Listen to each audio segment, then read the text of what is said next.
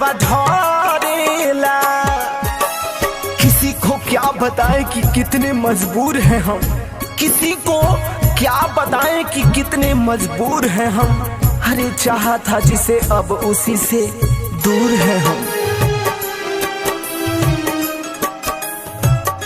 ना कहीं के तना तोहरा पे दिलवा मोहरेला। याद आवे लुता अखिया से लोरवा ढोरेला। अब तोहरा लहब भइल है, अब तोहरा लहब भइल अनजान बानी हो।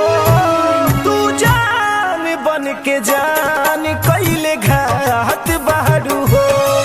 तू जान बन के जान कइले घात बारू हो।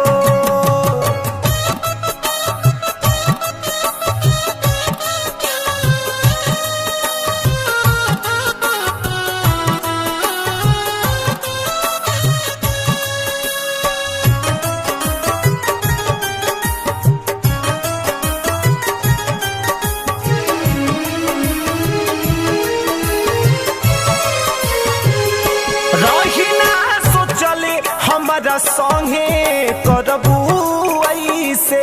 दिल के हम दुखवा दोसरा से कहीं कैसे। फूल खिले से पहले मुरझा गइल, फूल खिले से पहले मुरझा गइल। तू हमरा किस्मत में ना रहलो, अब हमरा बुझा गइल, बुझा गइल। रहिना सोचले हमारा संगे करबू